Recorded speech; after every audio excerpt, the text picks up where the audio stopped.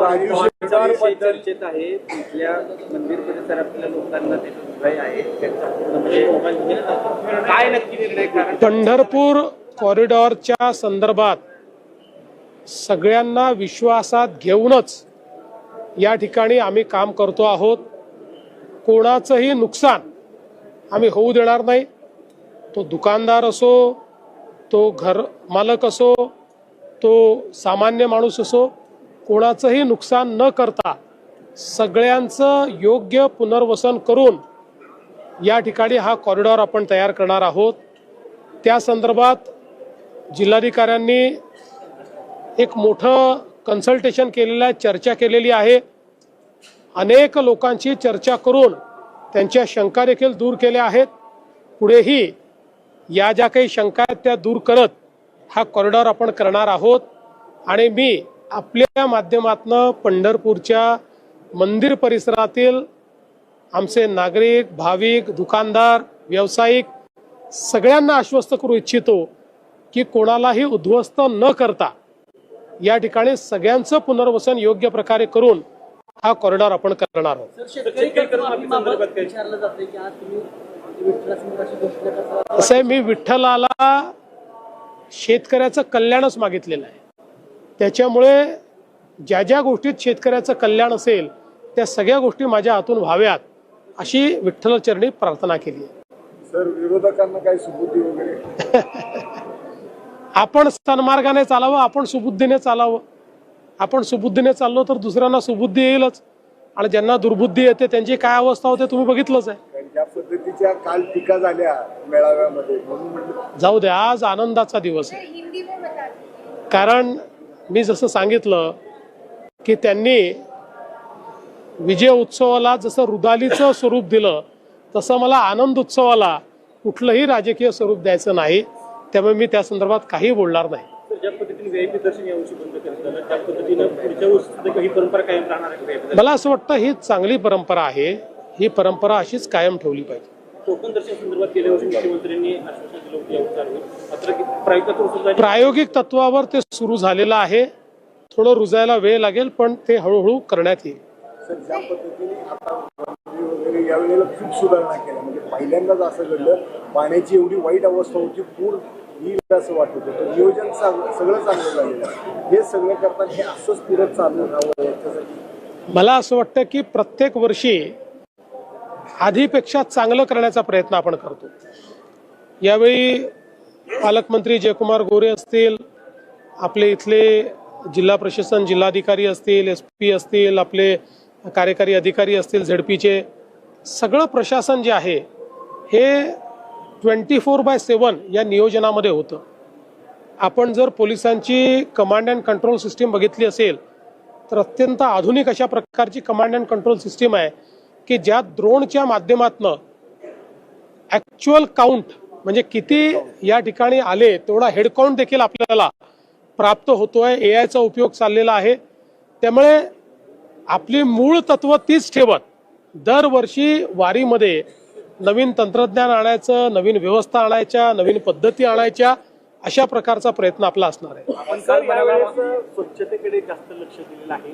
कुठेही घाण नाही, कुठेही दुर्गंधी नाही. पण एक प्रॉब्लेम येतो, पंढरपूरच्या नगरपालिकेचे आरोग्य कर्मचाऱ्यांची क्षमता कमी आहे, तर ती वाढवून द्यावी अशी मागणी केली. ह्याला जोडून सर पोलीस कर्मचारी खूप करतील, लोड खूप असतो, 12 महिने गर्दी असते आणि हे कमी पडतं. मला पहिल्यांदा तर या गोष्टीचा अतिशय आनंद आहे कारण सगळ्यांनी मला यावेळेस सांगितलं की प्रचंड स्वच्छता या ठिकाणी पाहायला मिळाली. खूप चांगल्या प्रकारे सगळं वातावरण, स्वच्छ वातावरण पाहायला मिळालं. ही अतिशय आनंदाची गोष्ट आहे. निश्चितपणे कर्मचारी असतील किंवा पोलीस असतील या संदर्भात कुठे काही कमतरता असेल तर ती दूर करण्याचा प्रयत्न आपण करू. देखिए, ये जो वारी होती है ये एक बहुत ही आनंद का क्षण है. इसमें भक्त और भगवान ये एक दूसरे में लीन होते हैं. ये ऐसी जगह है जहाँ भक्त और भगवान अलग नहीं होते, दोनों की ऊर्जा एक साथ मिलती है और एक नई ऊर्जा तैयार होती है.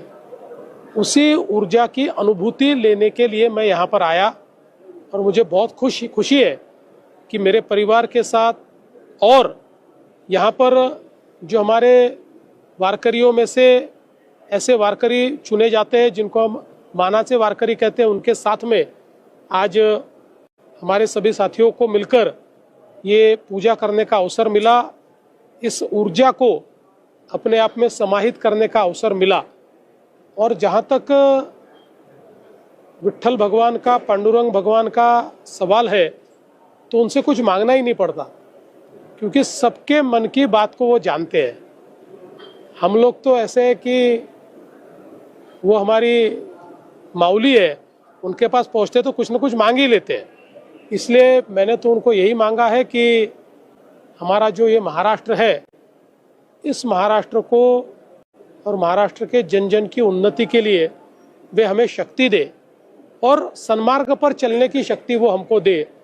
और विशेष रूप से हमारे जो किसान हैं, उन किसानों को अच्छी फसल हो, उनके जीवन में भी अच्छे दिन आए, उनके जीवन में भी परिवर्तन आए, इस प्रकार की मैंने भगवान विट्ठल जी से प्रार्थना की है।